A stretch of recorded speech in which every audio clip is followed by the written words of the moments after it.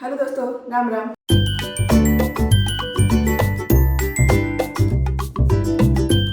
कैसे हो आप सब लोग? उम्मीद करते हो सब लोग खुश होंगे, स्वस्थ होंगे, जहाँ भी होंगे खूब सारा एंजॉय कर रहे होंगे। तो आपको लोकेशन दिख रही होगी पीछे से। मैं हिसार आ चुकी हूँ घर पे अपनी मायके में। तो मैं यहाँ से रिएक्शन वीडियो बना रही हूँ और शायद आवाज़ भी गूंज रही होगी क्योंकि ऊपर वाला कमरा है, इसमें बैठ के बना रही हूँ मैं। ये जनरली पढ़ने के लिए था, मैं भी पढ़ती थी पहले और भाई बच्चे सब यहीं पे पढ़ते हैं जब उनका लगता है कि एकांत में पढ़ना है। तो ये बात तो चलो ठीक है, छोड़ो। तो अभी अगर आप लोगों को इसलिए बोला मैंने नॉर्मलिटी लगे तो प्लीज़ थोड़ा एडजस्ट कर लेना। और अभी जो रिएक्शन वीडियो बनाने हैं वो है ध्रुव राठी पे, जिन्होंने रियलिटी ऑफ धुरंधर की बताई है उस पर बना रहे। देखते क्योंकि ये बंदा ना कुछ रियलिटी लेके आता है और उस पर देवोलीना है ना, जो उसने भी कहा था कि भाई धुरंधर से बाहर आओ, थोड़ा रावली के बारे में बोले, जो सही बोला था। लेकिन पता नहीं बोले नहीं बोले, लेकिन इसमें देखते हैं धुरंधर के बारे में क्या बताएं हम। तो चलो ठीक है, कोई ऐड वैड करेगा अपनी चीज़ की तो हम उसको आगे खिसका देंगे। ठीक है, स्टार्ट करते हैं बिना किसी देर के। स्टार्ट। नमस्कार दोस्तों, इमेजिन करो मैं एक फिल्म बनाता हूँ, एक फिल्म जिसमें हमारा मेन ये ज्यादा लंबी है तो शायद पूरी नहीं बनाएंगे। एक जासूस जिसे भेजा जाता है पाकिस्तान में आतंकवादियों के नेटवर्क्स को इन्फिल्ट्रेट करने के लिए। ये एक बड़ा सीक्रेट ऑपरेशन है जिसे हम नाम दे देते हैं ऑपरेशन भवंडर। इस फिल्म में आगे आप देखते हो कि कैसे हमारा जासूस बड़ी मेहनत से काम कर रहा है, ढेर सारे इंटेलिजेंस इनपुट्स वो अपने बॉस और रॉ के चीफ को भेजता है। एक दिन ऐसा ही एक इंटेलिजेंस इनपुट 2018 के समय में उसे पता चलता है। वो अपने बॉस को बताता है, सर 2019 के अर्ली में कहीं ना कहीं एक बड़ा धमाका होने वाला है। उसके बॉस उसे बोलते हैं जल्दी से ज्यादा इंफॉर्मेशन निकालने की कोशिश करो, समय नजदीक आ रहा होता है। कहानी में बहुत सारे ट्विस्ट आते हैं और हमारा जासूस ऑलमोस्ट पकड़ा जाता है, लेकिन किसी ना किसी तरीके से वो फाइनली सक्सेसफुल रहता है। एक दिन वो अपने बॉस को फोन करके कहता है, सर पता लग गया, 14 फरवरी 2019 को पुलवामा में एक आर्मी ही कॉन्वॉय गुजरेगी, उसे ये आतंकवादी निशाना बना रहे हैं। बॉस जासूस का धन्यवाद करते हैं और तुरंत जाकर प्रधानमंत्री के ऑफिस में ये इंफॉर्मेशन देते हैं। सीधा प्रधानमंत्री से कहते हैं 11 इंटेलिजेंस इनपुट्स आए हैं सर, हमें इस कॉन्वॉय को बाय रोड नहीं भेजना चाहिए, आतंकवादी हमला होने का चांस बहुत ज्यादा हाई है। यहाँ पर हमें प्रधानमंत्री के चेहरे की झलक देखने को मिलती है, सफेद दाढ़ी, और फिल्म में उन्हें नाम दिया गया है मिस्टर सुरेंद्र गोभी। हमारे जासूस और उनके बॉस को लगता है कि उन्होंने अपना काम बखूबी निभाया, लेकिन 14 फरवरी 2019 अब फिल्म में यहाँ पर एक पूरा रेड स्क्रीन आ जाता है। फिल्म में यहाँ पर आपको पुलवामा हमले की असली फुटेज देखने को मिलती है। हालांकि ये फिक्शनल मूवी है, लेकिन फिल्म में हम इस पॉइंट पर असली फुटेज दिखाते हैं। पाकिस्तान में बैठे आतंकवादी इस हमले की खबर सुनकर नारे लगाने लगते हैं खुशी के मारे, और हमारा जासूस जो उनके बीच बैठा था वो चौंक जाता है देखकर, उसका दिल सही में दहल जाता है। उसके चेहरे में कहीं ना कहीं एक डर की झलक देखने को मिलती है, लेकिन आतंकवादी इतनी खुशी मना रहे थे कि वो नोटिस नहीं करते। अगली बार जैसे ही इसे मौका मिलता है, ये अपने बॉस को फोन मिलाता है, जवाब मांगता है, आखिर हुआ क्या, मैंने इतने सारे इंटेलिजेंस इनपुट्स दिए फिर भी यह हमला कैसे हो गया। बॉस के पास कोई जवाब नहीं था। वो कहते हैं शायद हिंदुस्तानियों के सबसे बड़े दुश्मन हिंदुस्तानी ही। वो इस बात की तरफ इशारा करते हैं कि कहीं ना कहीं सरकार में ही कोई गद्दार बैठा है, जिसकी वजह से हमारे 40 सीआरपीएफ के जवान मारे गए। जासूस को कहा जाता है कि वो अपनी कोशिश जारी रखे। फिल्म में एक सैड सॉन्ग आता है और जब क्लाइमैक्स की तरफ बढ़ती है हमारी ये फिल्म, तो एक बड़ा ही शॉकिंग ट्विस्ट हमें देखने को मिलता है। आतंकवादियों के अड्डे की अलमारियां सर्च करते वक्त हमारे जासूस के हाथ एक ऑडियो रिकॉर्डिंग लगती है, और जब वो इसे सुनता है तो उसे यकीन नहीं होता अपने कानों पर। इस ऑडियो रिकॉर्डिंग में हमारे प्रधानमंत्री गोभी जी की आवाज थी और दूसरी तरफ बात कर रहे थे आईएसआई के हेड। गोभी जी कहते हैं कुछ लोग मरेंगे मरने दो, कुछ गाड़ियां जलेंगी जलने दो, लेकिन इलेक्शन से ठीक पहले अगर ये हमला होगा तो मुझे इलेक्शन में इसका बहुत बड़ा फायदा मिलेगा। आईएसआई का हेड दूसरी तरफ से जवाब देता है, ठीक है सर, 14 फरवरी डन समझे।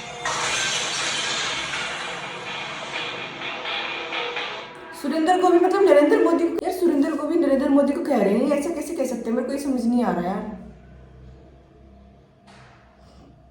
क्या है ये? नरेंद्र मोदी तो मुझे बहुत अच्छे लगते हैं।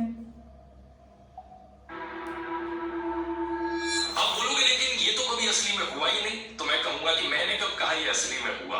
मैंने तो फिल्म के सीधा शुरू होने से पहले डिस्क्लेमर लगाया था कि ये तो फिक्शनल फिल्म है। लेकिन फिर आप पूछोगे अगर फिक्शनल फिल्म है तो मैंने पुलवामा हमले का असली में जिक्र क्यों किया, असली डेट और असली फुटेज क्यों दिखाई अपनी फिल्म? मैं कहूंगा ये फिल्म असल में फिक्शनल फिल्म है, लेकिन इंस्पायर्ड फ्रॉम रियल इवेंट्स है। तो कुछ चीजें असली हैं, कुछ चीजें फिक्शनल है। क्या बात है सर, क्या बात है सर, क्या बात, ये बात है। फिल्म के अगले सीन में कट करते हैं और हमें बॉस दिखते हैं एक बड़ा फेमस डायलॉग बोलते हुए। वो कहते हैं कि चिंता मत करो मेरे जासूस, किसी ना किसी दिन एक देशभक्त सरकार आएगी इस देश में, एक ऐसा प्रधानमंत्री आएगा जो सही में लोगों की फिक्र करता, तब हम असली बवंडर करेंगे, तब होगी असली रिवेंज। कैसी लगी मेरी इमेजिनरी फिल्म दोस्तों?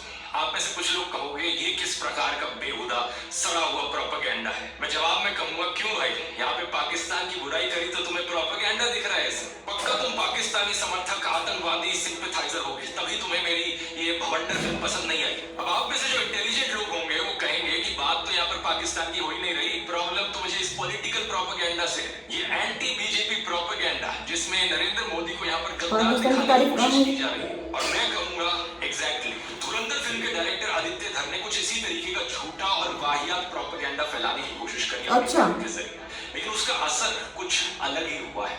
आइए जानते हैं आज के इस वीडियो में।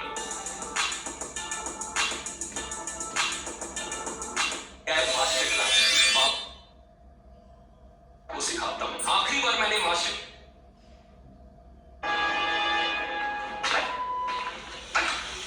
ऋतिक रोशन ने कहा कि भले ही फिल्म की पॉलिटिक्स से वो सहमत ना हो, भले ही वो बहस कर सकते हैं फिल्मकारों की जिम्मेवारी को लेकर, लेकिन स्टोरी टेलिंग बहुत अच्छी थी और एक सिनेमा के स्टूडेंट के रूप में उन्हें बहुत कुछ सीखने को मिला। शानदार। तो बेसिकली उनका मतलब यह है कि भले ही प्रोपेगेंडा है लेकिन फिल्म अच्छी बनाई है। लेकिन मैं यहाँ पर कहूंगा दोस्तों कि भले ही फिल्म कितनी भी अच्छी क्यों ना हो, लेकिन आखिर में है तो प्रोपेगेंडा ही। हिटलर के समय में नाजी प्रोपेगेंडा फिल्म मेकर लेनी रिफेनस्टाल ने फिल्में बनाई जैसे कि ट्रायम्फ ऑफ द विल, जिनकी फिल्म की टेक्निक की बहुत तारीफ हुई। ऊपर से हिटलर की विचारधारा को बढ़ा चढ़ाकर दिखाने वाली ये छोटी प्रोपेगेंडा फिल्में अपने समय में बहुत प्रॉफिटेबल भी थी। अपने साल की सबसे बड़ी बॉक्स ऑफिस हिट्स भी बनी ये फिल्में जर्मनी में।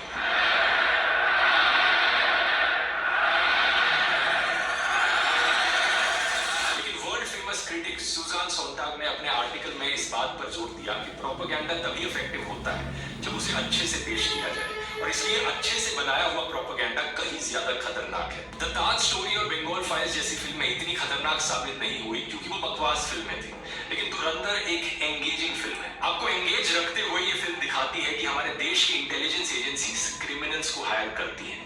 क्या कोई भी देशभक्त इंटेलिजेंस ऑफिसर इस बात से सहमत होगा? आदित्य धर अपने पॉलिटिकल प्रोपेगेंडा को फैलाने में इतना मगन हो गया कि उसने वही दिखा दिया जो पाकिस्तान ने भारत पर कई बार इल्जाम लगाया है। भारत पाकिस्तान में सबवर्सिव एक्टिविटीज के लिए अपने सीक्रेट एजेंट्स को भेजता है। असलियत ये है दोस्तों कि भारत सरकार ने कंसिस्टेंटली ऐसे सभी क्लेम्स को रिफ्यूट किया है। 2012 के आर्टिकल देखिए, भारत सरकार ने मना किया कि सुरजीत को इंटेलिजेंस एजेंसीज ने जासूस बनाकर भेजा था। 2016 का ये आर्टिकल देखिए, भारत सरकार ने पाकिस्तान के जासूस वाले दावों को रिजेक्ट किया। लेकिन धुरंधर फिल्म ऐसे ही एक सीक्रेट एजेंट को हीरो की तरह पेश करती है। अबे तो मेरी तरफ है, किसकी तरफ है? आप शायद कहोगे कि ये फिल्म ही तो है, फिल्म में ये सब दिखाने में प्रॉब्लम क्या है? ऐसे तो वाईआरएफ के स्पाई यूनिवर्स की भी फिल्में हैं जिनमें दिखाया जाता है कि एक इंडियन एजेंट पाकिस्तान में जाकर काम कर रहा है।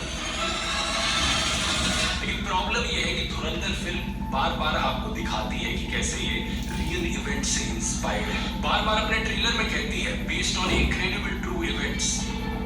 26 नवंबर के असली आतंकी हमले को दिखाया जाता है, असली न्यूज फुटेज के साथ दिखाया जाता है। आतंकी और उनके हैंडलर्स की रियल लाइफ ऑडियो रिकॉर्डिंग्स तक इस्तेमाल की जाती है। इवन पाकिस्तान के शहर लाहौर में जो गैंगस्टर्स दिखाए गए हैं, बाबू डकैत, रहमान डकैत, हुजैर, इस नाम से रियल लाइफ में गैंगस्टर्स रहे हैं और पुलिस वाला चौधरी असलम भी रियल लाइफ में कैरेक्टर रहा।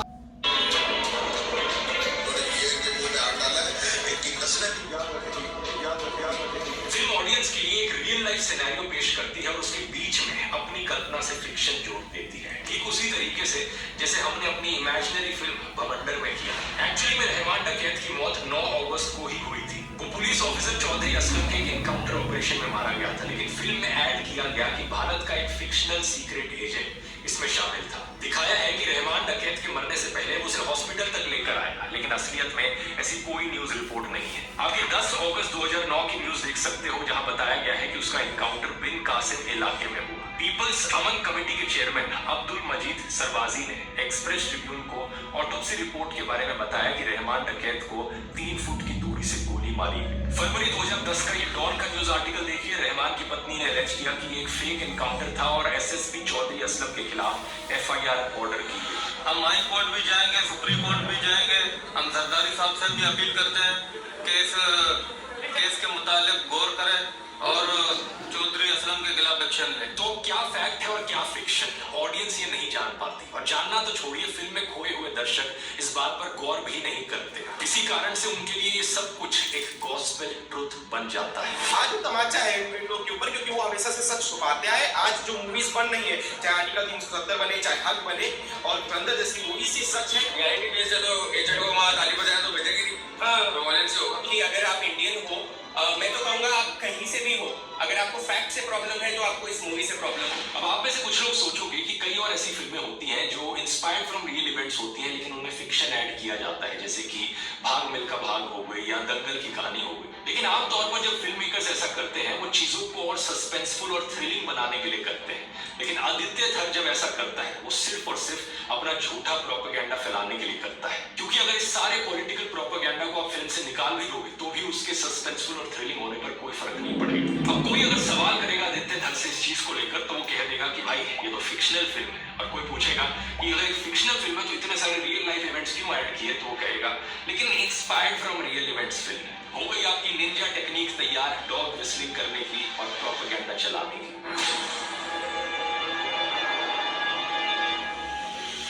साल 2011 का ये न्यूज आर्टिकल देखिए दोस्तों। करेंसी पेपर सप्लाई करने वाली ब्रिटिश कंपनी पर बैन लगा। Minister of state for finance नमो नारायण मीना ने राज्यसभा को बताया कि ब्रिटिश कंपनी डेलारू का भारतीय रिजर्व बैंक नोट मुद्रा प्राइवेट लिमिटेड के साथ एक कॉन्ट्रैक्ट था बैंक नोट का पेपर सप्लाई करने के लिए। अब जुलाई अगस्त 2010 में ये बात नोटिस में आई कि डेलारू द्वारा सप्लाई किया जा रहा पेपर प्रिस्क्राइब्ड स्पेसिफिकेशंस के मुताबिक नहीं था। कंपनी ने बाद में इस कमी को स्वीकार किया, जिसके बाद मनमोहन सिंह सरकार द्वारा इस ब्रिटिश कंपनी को सिक्योरिटी क्लियरेंस मना कर दी गई। आगे देखिए आर्टिकल में क्या लिखा है। एनफोर्समेंट एजेंसीज ने जो रिसेंटली जाली करेंसी पकड़ी थी, उनकी क्वालिटी लीगल करेंसी नोट्स के जैसी थी। इंटेलिजेंस रिपोर्ट्स ने सजेस्ट किया कि पाकिस्तान में हाई सिक्योरिटी प्रेस में जाली नोट छापे जाते हैं और भारतीय अर्थव्यवस्था को हिलाने के लिए भारत में स्मगल किए जाते हैं। इस न्यूज आर्टिकल को पढ़कर आपको क्या फीलिंग आ रही है? यही ना कि हमारी इन्फोर्समेंट एजेंसीज अपना काम कर रही थी, इंटेलिजेंस एजेंसीज अपना काम कर रही थी और उनके इनपुट्स के आधार पर मंत्री एक्शन भी ले रहे थे। लेकिन फिल्म ने इस जाली नोट के रेफरेंस को लेते हुए दिखाया कि कैबिनेट मिनिस्टर ने नोट छापने की मशीन को फॉल्टी बताया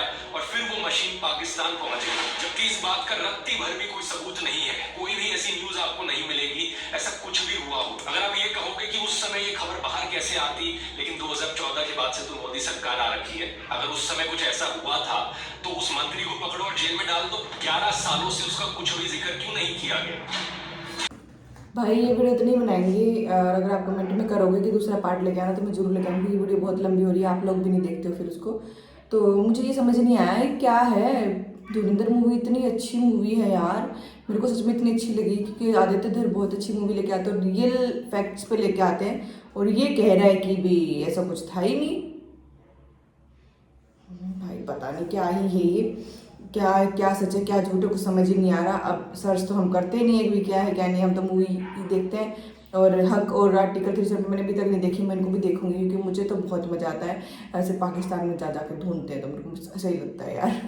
क्योंकि वो पहले छेड़ेंगे तो फिर हम क्यों छोड़ेंगे, वो वाली बात हो जाती है। तो चलो ठीक है, मुझे रिएक्शन बनाना भी बहुत बहुत अच्छा लगा। अगर आप लोगों को भी अच्छा लगा तो मेरे चैनल को सब्सक्राइब करना, वीडियो को लाइक करना, ढेर सारा प्यार देना। Bye bye, Ram Ram.